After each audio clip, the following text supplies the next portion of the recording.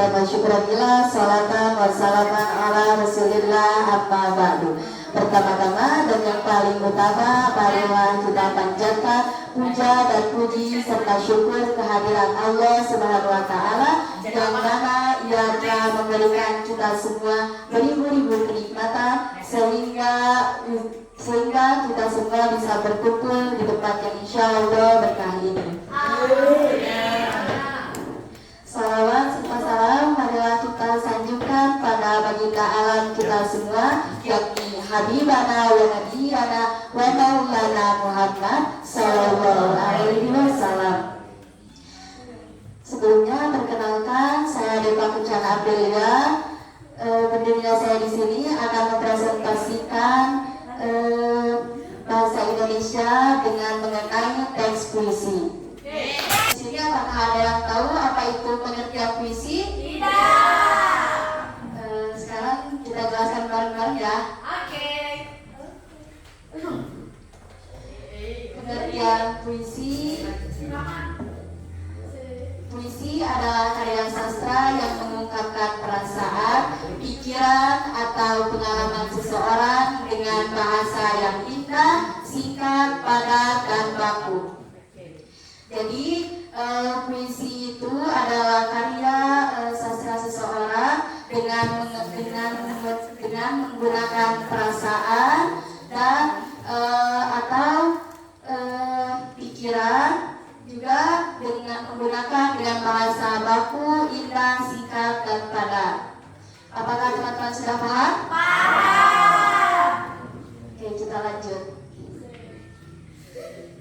Ciri-ciri puisi. Ciri-ciri puisi ada menggunakan bahasa kias, majas, atau gaya bahasa. Majas atau gaya bahasa itu contohnya personifikasi, metafora, hiperbola, dan simile. Oke, selanjutnya disusun dalam bait dan baris. Setiap puisi itu menggunakan 4 baris, bisa juga disebut dengan 1 bait. Lalu memiliki rima, persamaan bunyi, dan irama. Lebih mengutamakan perasaan dan makna tersirat. Mengutamakan perasaan ketika sedang menulis teks puisi tersebut, kita harus menggunakan dengan perasaan sedalam mungkin. Lalu yang makna tersirat. Mengandung pesan moral atau amanat. Pesan moral atau amanat itu kata yang ingin disampaikan oleh sang penulis pada sang pembaca. Kalian sudah paham? Paham. Kita lanjut. Struktur puisi. Judul, ada judul, bait, baris, irama, majas, dan amanat. Judul, nama puisi yang mencerminkan isi. Contohnya, kasih sayang seorang ibu. Jika judulnya kasih sayang seorang ibu, maka topiknya juga dari awal puisi sampai akhir puisi harus tentang ibu. Lalu kumpulan baris puisi biasanya 4 baris. Jadi dalam puisi itu terdapat 4 baris atau 1 bait.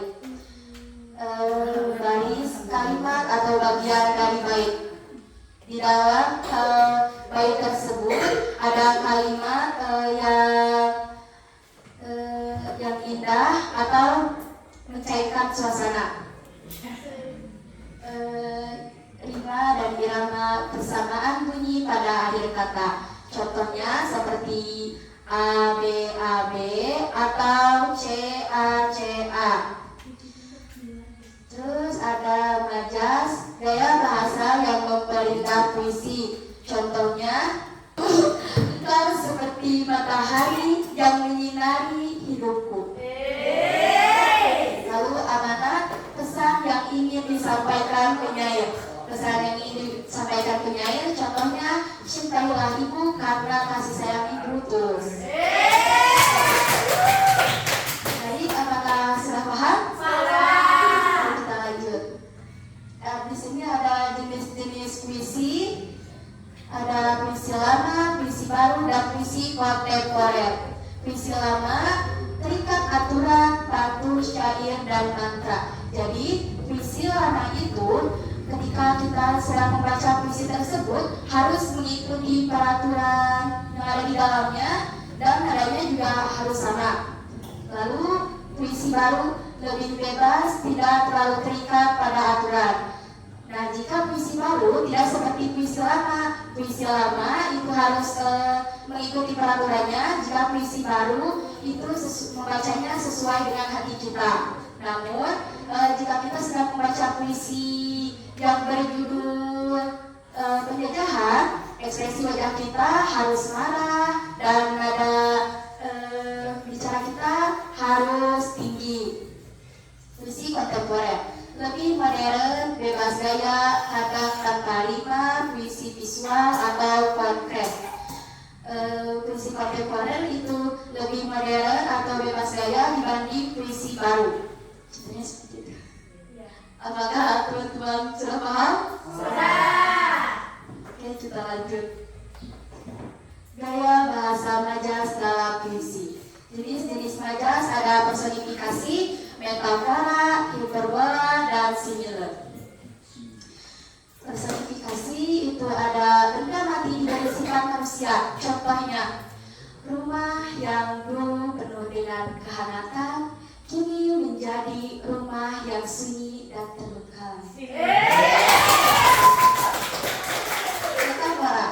Metafora itu ada perbandingan langsung tanpa kata, seperti contohnya, engkau mentari hidupku. Di dalam puisi tersebut tidak ada kata seperti, namun orang yang akan membaca puisi tersebut akan tahu atau paham apa dari kata tersebut. Selanjutnya ada hiperbola. Hiperbola adalah pernyataan berlebihan, pernyataan berlebihan. Maksudnya pernyataan berlebihan itu seperti contohnya, tangisku menggetarkan seluruh bumi. Lalu maksud dari itu seperti kata-kata yang dramatis atau menyentuh hati. Lalu di sini ada simile, perbandingan pakai seperti bagai dan laksana. Contohnya, kau bagaikan pelita bintangku. Apakah sudah paham? Paham. Sepertinya ini adalah matut deh. Iya. Oke, kita nyanyi dulu yuk. Ayo. Kita nyanyi tentang huruf vokal karena di dalam puisi tersebut huruf vokal itu sangat penting dan sangat muncul. Oke, kita nyanyi 1, 2, 3. Buka mulutnya, mana giginya, maju mulutnya, mana senyumnya, buang mulutnya,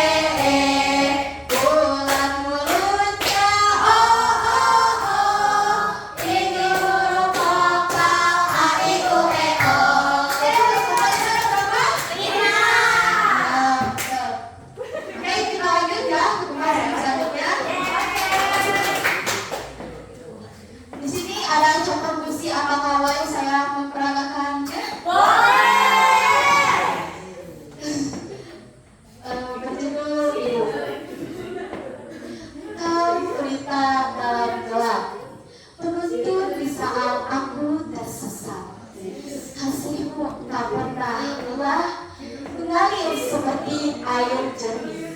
Doamu mengiringi langkahku. Dalam tiap detak nafasku, dalam senyummu aku berlindung. Mohon maaf bila ada nada yang terlalu cepat, soalnya saya kurang belajar lebih dalam lagi. Oke, di sini ada analisis contoh puisi. Ada unsur, tema, gaya bahasa, rima, amanat, dan kata kiasan. Unsur itu ada maksud keterangan itu di dalam puisi tersebut. Keterangannya itu ada apa saja dari awal puisi sampai akhir puisi itu maksudnya tentang apa? Lalu tema kasih sayang ibu. Jika temanya judulnya seperti kasih sayang ibu, maka dari awal sampai akhir harus tentang ibu. Dan gaya bahasa personifikasi, metafora, dan simile seperti yang tadi saya udah jelaskan. Rima ada A, B, A, B atau A, A, A, A. Namun tidak selalu tetap sama seperti itu. Amanat itu seperti kata yang disampaikan oleh penulis kepada sang pembaca. Contohnya, hargailah ibu karena cinta ibu tulus. Lalu kata kiasan itu seperti kata yang indah di dalam puisi tersebut. Contohnya, pelita dalam gelap dan cahaya hidupku. Apakah sudah paham semuanya? Oke, kita lanjut. 7 tips membaca atau membawakan puisi. Itu ada 4. Pertama, bacalah dengan penghayatan dan rasakan isi puisinya. Nah, jika kita sedang membaca teks puisi tersebut, kita harus merasakan atau menghayatinya dengan hati dan juga harus merasakan isi puisinya seperti apa. Lalu gunakan intonasi dan ekspresi wajah. Contohnya, jika puisi yang judulnya semangat, wajah kita harus tersenyum dan semangat. Lalu intonasinya juga harus menggunakan power. Dan perhatikan jeda dan penekanan kata penting.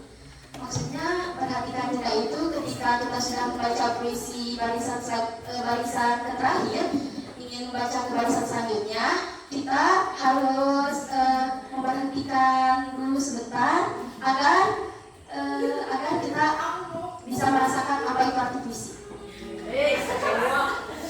Lalu jangan terburu-buru beri ruang untuk makna. Membaca puisi itu jangan seperti membaca majalah atau buku novel. Jadi membaca puisi itu harus tenang, santai, slow, dan menghayati. Sudah paham? Oke, kita lanjut. 8 kesimpulan. Puisi adalah cara indah untuk menyampaikan perasaan. Betul. Jika kita menyukai seseorang, namun tidak berani untuk mengungkapkan kepadanya, ungkapkanlah pada isi teks puisi tersebut. Menggunakan bahasa kias dan memiliki banyak makna tersirat. Bahasa kias itu seperti bahasa yang indah atau memperbagus makna puisi tersebut dan memiliki banyak makna tersirat, makna yang tersembunyi di dalam puisi tersebut. Cocok digunakan untuk mengungkapkan cinta, semangat, dan sandaran. Betul banget. Kenapa ya? Ya soalnya seperti itu. Tidak bisa mengungkapkan dengan kata-kata. Ya. Oke, saya akan buka tanya sesi jawab. Sesi tanya jawab. Apakah ada yang ingin bertanya?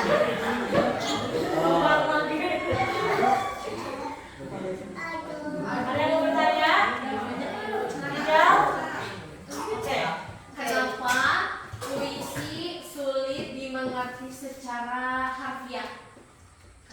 di dalam bahasa puisi itu banyak makna yang tersirat.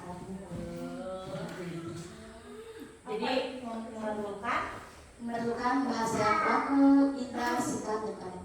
Oke, jadi ketika ada puisi yang tersirat, maka kita harus Memahami dan mengartikannya. Itu disebut majas ya. Kalau ada makna tersirat itu disebutnya majas. Majas itu yang mana yang tadi? Hiperbola, personifikasi, simile, terus apa tadi? Majas personifikasi, metafora, dan simile.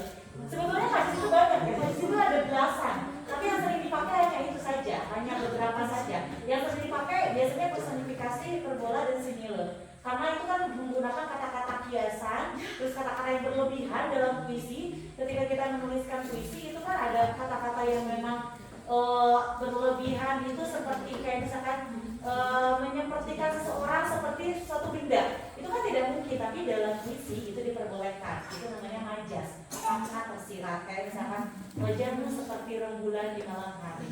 Berarti gimana? Malah dong. Enggak, maksudnya gitu, indah mungkin. Cahayanya menenangkan, maksudnya kayak gitu. Jadi setiap orang akan memaknainya berbeda-beda, tergantung pemahaman seseorang. Tapi kalau misalkan kita takut salah, majasnya ini maknanya seperti apa, kita bisa langsung searching aja. Ini maksudnya maknanya seperti apa.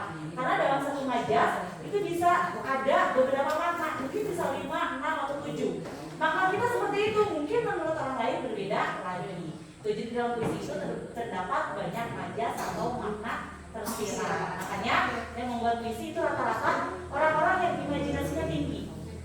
Betul, imajinasinya tinggi karena kata-katanya itu sangat memang susah gitu untuk, bukan hanya bahasa yang aku merindukanmu, tidak. Bahasa merindukanmu itu bisa disampaikan dengan kalimat yang lain lagi.